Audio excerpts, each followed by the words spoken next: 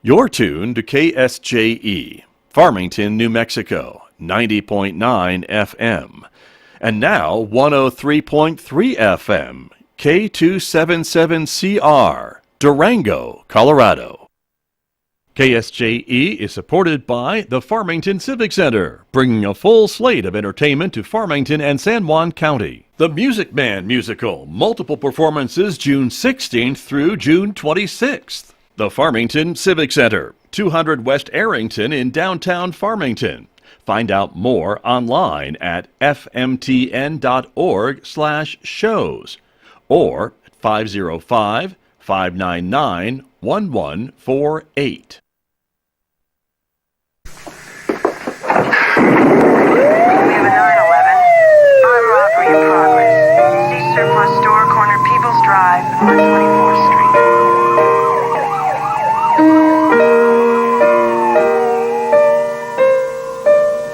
Hi, welcome to Cop Shop. I'm Farmington Police Department's Public Information Officer, Nicole Brown. And again, no Chief Hebby. I feel like it's like the Britney Spears podcast where we're like wondering where Chief Hebby is. We're just tracking him down.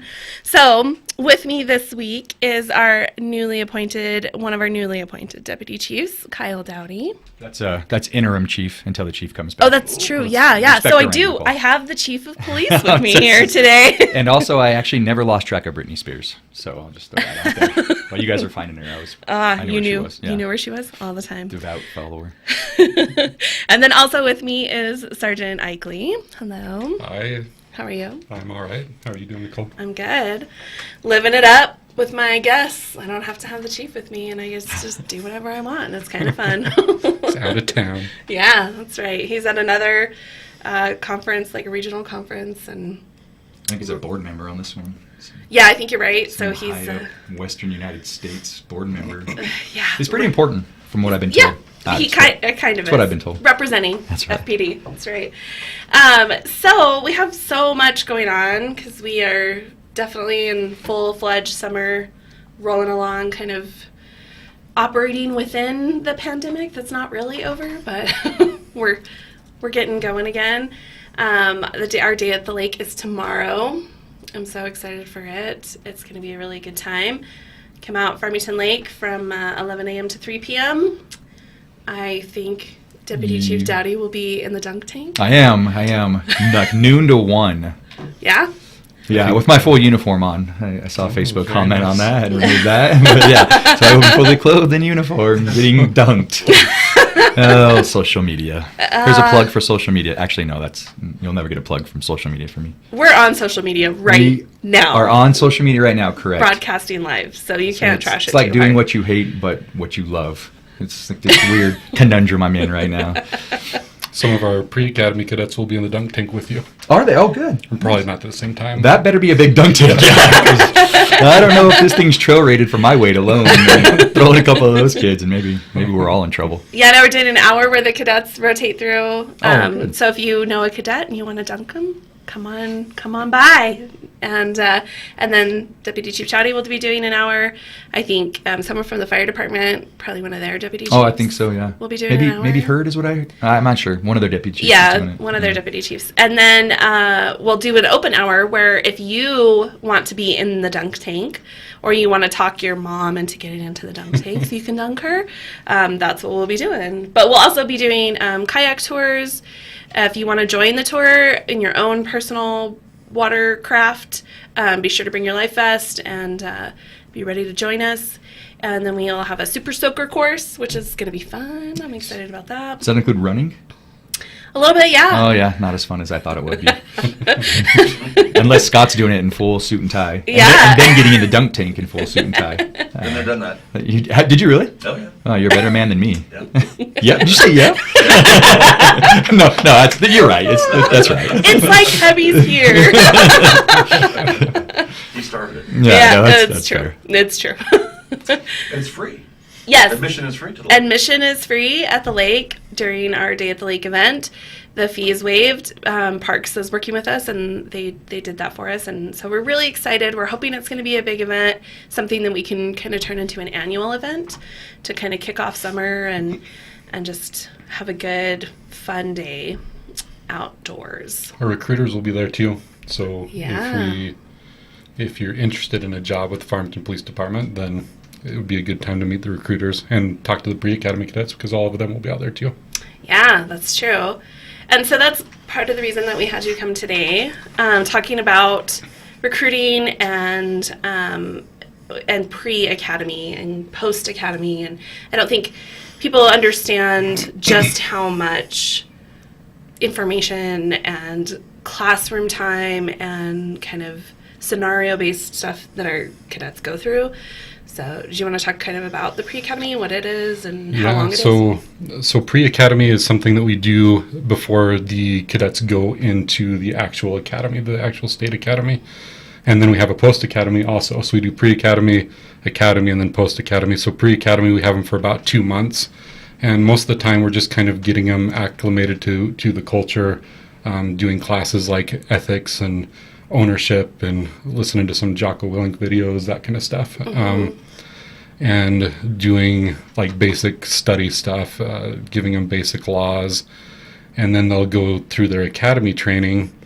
I guess most of what we do in pre-academy is probably physical training. So they do a lot of physical training before they get into the academy, so we can make sure that they pass all their tests.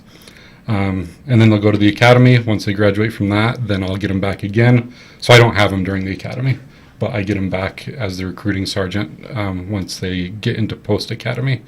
And then that'll be another month or two where the new officers, after they've graduated, will go be making traffic stops and learning how to do the job before they go into field training. So our officers get almost a full year of training before they get out on their own. And it's not something that every police agency does, is it? This pre and post and No, some of them are included. Like I know, like Albuquerque's, at least their post academy is included in their academy, so it's all one time frame and the same instructors. But yeah, ours is different, and some agencies have a shorter one, some of them have a longer one. We try to work with people to like we had one of the girls that works with us right now. As soon as she let her job know that she put in her 2 weeks notice, they let her go right then. oh gosh. And so we were able to pick her up a few weeks early, so she's actually been in pre-academy a little bit longer. So we try to work with people to make that transition a little bit easier. Mm-hmm. No, it's great. And training is so important, I think. Just and letting people know, I think our community kind of communicating how much goes into a new officer, that we're not just, pushing them through a state, required training and then like, hey, hit the street. There's a lot that goes into them. We take it very seriously and really want them to be the best they can be and be the most prepared they can be before they're really interacting with our community. Yeah, it's like I consider, these guys are a reflection of me, and so I want them to do good when they're out in the community. I want some of my values instilled in them. Really, what that they have the mission of the police department in mind, and that they can provide good customer service to the citizens of Farmington. Yeah, definitely. So we have other big news with the police department. If anybody has heard or seen, it was on KSJE Breaking News. Are you still allowed to use the breaking news banner? Sure. Yeah. I heard sure. CNN took that away. So No, you no. still got breaking news. Oh, we all use it. We are getting a new headquarters for our police department. It's pretty exciting. Said he's going to be buying the old Hill Corps building on US 64, right there, kind of Andrea and 64. And I've toured it, Deputy Chief Dowdy, Interim Chief Dowdy. It's all right. It's a mouthful. I get it. You toured it as well? I actually did not. I was Oh. on training both of those times, but I've been in the building before. Honestly, it just checks all the boxes we need. It's one of the few buildings, I think, in Farmington that was just ready-made to convert to a police department. That way we didn't have to build a new one, didn't have to break ground, do all that. Just we'll have to add a few upgrades. I don't know if I'd call them upgrades, just additional things to make a police department function, like an evidence room, the real-time crime center, a weapons armory to store all of our weapons, stuff like that.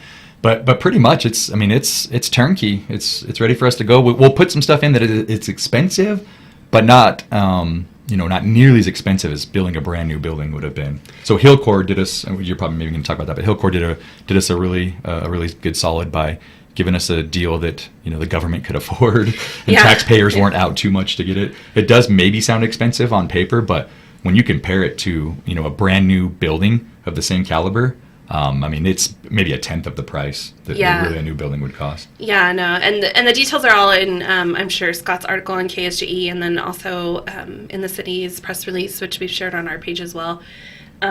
Just how much Hillcore really, part of it is considered kind of a donation. The rate, I guess, that they gave us, or the price that we're buying it for, the city, and it is beautiful. It really is. Yeah. They really are, and it's exciting. Every time I think about it, I get so excited because I don't know if a lot of people know this about the police department, but we're actually spread over 2 buildings. So kind of patrol and kind of the main bulk of the police department is in one building, and then detectives and code compliance and I think animal control. Yep. There's a couple other units I'm probably forgetting, but they're in a separate building, which is just kind of across the parking lot. But it's strange how much that affects communication, and it kind of creates this divide sometimes when we're needing to communicate or cooperate on things. And so just being under one roof is, I think, really an exciting thing for us. No, I agree. And honestly, the building's big enough that we can expand it a little bit too. Mm-hmm. The footprint's great, the layout's great. So some things we've been wanting to do, and our building just kind of curtailed us from being able to do them, we'll be able to do now. And it's just a win for the city. If anyone's ever been up to the chief's office and you had to climb all those stairs and you're like sweaty and tired by the time you get to the top, because it was, our building was previous to the ADA compliance that we now experience with newer buildings. So now, wherever we put the chief's office, you'll be able to get to it without being covered in sweat by the time you get there. Yeah, so we're really excited about elevators. And we'll just be a little more compliant with ADA standards, and just all around. Yeah, access will be easiest. Rooms, yeah. Go ahead, sir. It'll be nice to have training rooms too. For the amount of training that we do at the department, it'll be nice not to have to worry about conflicting with other people in the agency to get room for places to train. That is very true. There's lots of conference rooms and then just kind of general open spaces that you could hold things in, and and we'll have it always is a problem, I think, when we want to have when we're giving the quarterly awards or something, and not everyone can fit in the briefing room.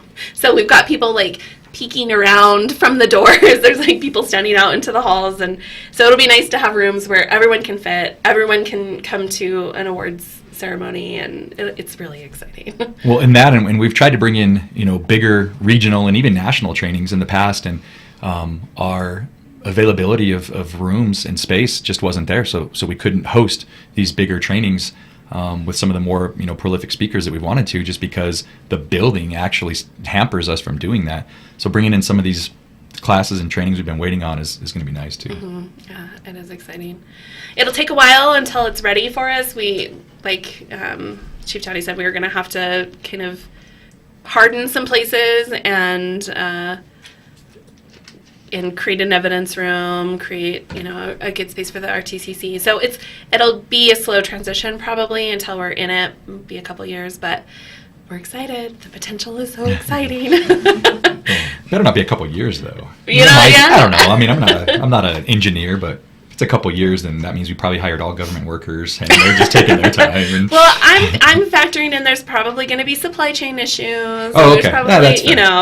you gotta give a little wiggle room. Who knows when inflation's going to hit, and maybe we won't have enough to buy a door frame anymore. Oh man, yeah. And then gas to get it, all that stuff relocated. We're hoping that everything's going to go smoothly, and we're going to just get right in there and hopefully have a big ribbon cutting and be able to host our community to come and see our new building, and it'll be exciting. But yeah, and I mean the city council, the city manager, the mayor, everybody was instrumental in doing that. Honestly, we haven't really. I mean, we've been asking for a new building, but we also have just known it's the hand we've been dealt. It's just too expensive. So especially during the unbelievable real estate craze that's going on right now, I none of us would have ever thought we would have got it. So the city manager stepped up along with the mayor and the city council, and they all made it happen. Like I said, we ask for buildings, but we don't really push for it because we knew right now is not the time, especially during the pandemic and just all the issues this nation's been facing. We haven't asked for a new building for a while from our own city, and they stepped up and just did it for us. I mean, they just reached out and made the deal happen. It was when I was able to tour it. Counselor Giacchino was in the tour with us, and she was like, when I got the message from the city manager, she said, I just felt like this was a where were you when moment. She's like, it feels pretty historic and like a big moment for our city, and she's so right. It's something that I didn't think I would see in my career. No, I didn't think so either. Yeah, I mean, it really isn't. Maybe we're seeming like we're overhyping it, but when you've lived where we've lived in the building, and you just and this is not my words, but it's always been, we've used the terminology, we're putting lipstick on a pig every time we did an upgrade or we repainted or something. It's just the building is just got old bones. It's just kind of a relic, and so but we've lived in it and it works and it's functional, so we've done it and we haven't complained, or I haven't complained. So this really is it really honestly is monumental. And maybe we'll start a GoFundMe page to get a bronze statue of Chief Hebby put out front or something like that. And we'll all high five him as we're walking into the building. Oh, he's hating this is what happens when you don't come to work, sir. Oh, no, it's very exciting, and I'm glad that Chief Hebby was our chief when it happened. So it's exciting. And then we have our Water in the Park events are coming up this summer, the rest of the summer. I think our next one is on the 25th. So, and that's just our district coordinator units go out to Burke Park and have cold water. I think, do they have water for dogs? They do. They have water for dogs also. Yeah. So I just posted a post about having your dogs on a leash in our parks, and someone mentioned you guys need more dog water fountains in the parks, which is a great suggestion. We'll pass it along to the Parks Department. But while we're there, while the district coordinator unit is in Burke Park, they will have water for dogs, and then they also will have cold water. And just an opportunity, if you have any questions about our police department or the things that we do, or you just want to chat with one of our officers, that's where they'll be. And it goes all summer. I think they do one Saturday a month. You can find more information on our Facebook page. We've got all the events kind of laid out in our event category, and it's a good opportunity to just hang out with our community and touch base with them and yeah. Captain Dowdy, I know you guys were discussing topics before I got here, so.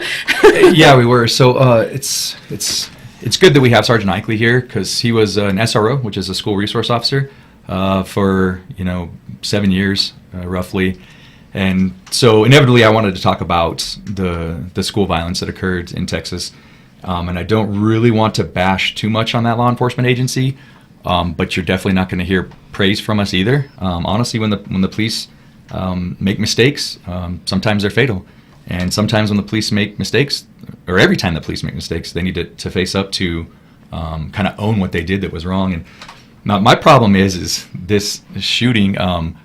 I still don't really know what the truth is. I mean, I don't know if I've experienced an event since 9/11 where there's so much misinformation being put out.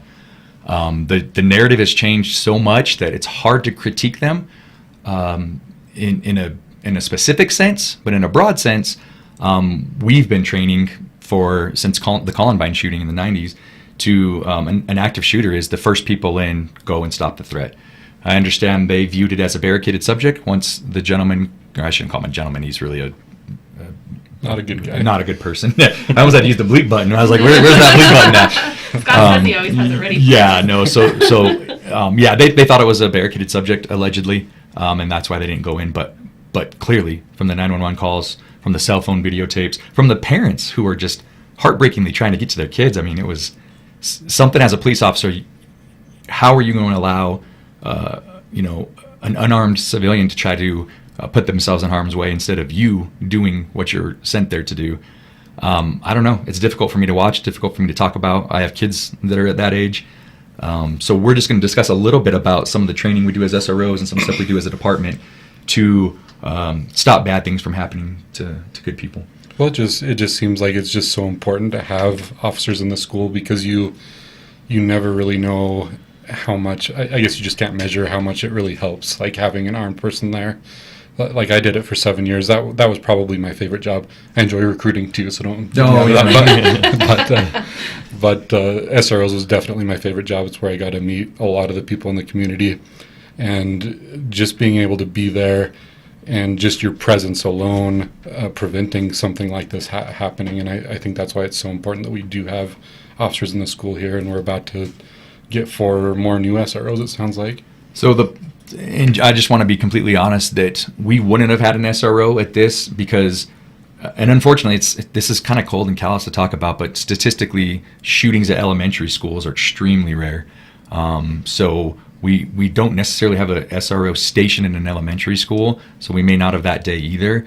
They're kind of a secondary school for SROs because it's just, I mean, it's hard for, I think, the human mind to comprehend that somebody would go in and start shooting children, period, but especially children that young. So it takes a special kind of person that's got, a special place in the afterlife for that. But so I don't want to rip them and say that, we would have had an armed person there too, because we probably wouldn't in an elementary school. But talk about some of the training we do once there is an active shooter in a school, the police response, cameras, what we do with the cameras. Well, what I was saying with with Post Academy, all of them, I think in 2 weeks will go through an active shooter training. And that's what they're meant to do. Even if you're by yourself, that's what the training says. If there's an active killing going on, then you go in and you handle the threat. That's what your job is. All of the cameras, and it's been a little while since I've been in there in the schools, but all of the schools got updated. We're getting updated camera systems when I was there that we have access to, I think. So, and something that's, I think, really important with our real-time crime center is they have kind of an agreement with the schools that if there is something going on in the school, we can tap into their cameras. So the real-time crime center can, and so can dispatch. So we can actively see what's going on. And I feel like Farmington schools, because we can't put an SRO, we just don't have the staffing numbers. We're hiring, by the way, if you would like a job with Farmington Police Department. We just don't have the staffing to put an SRO at every school. And so Farmington Schools works with us in a lot of great ways, I feel like, to make sure that the schools are as safe as they can make them. So you can't just walk into one of our schools. You have to be buzzed in to a place where then you have to be buzzed into the school. So there's a lot of steps that they take to restrict people's access to kids.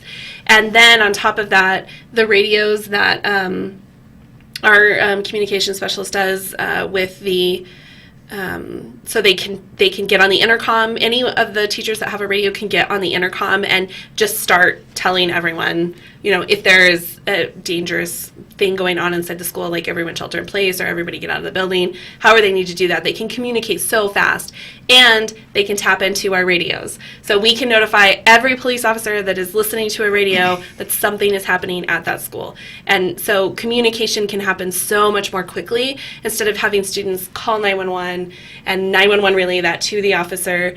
And so just that speed of communication and allowing us to be able to tap into the cameras really makes the flow of information so quick so that officers can make really fast decisions.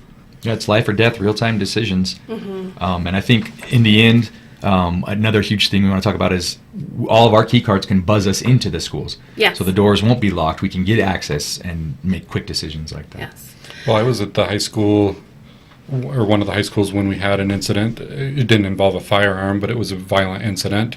And within like 2 minutes, there were so many cops there from San Juan County, from Farmington PD, obviously the state police. All of our detectives came out. Like there was almost more police officers there than there were students. Which is a good response. Yeah. That's the kind of response we need. But on that note, we've got to wrap it up. We ran out of time. But thank you guys so much for coming on and helping me live it up while she's gone. We'll see you next time on Cop Shop.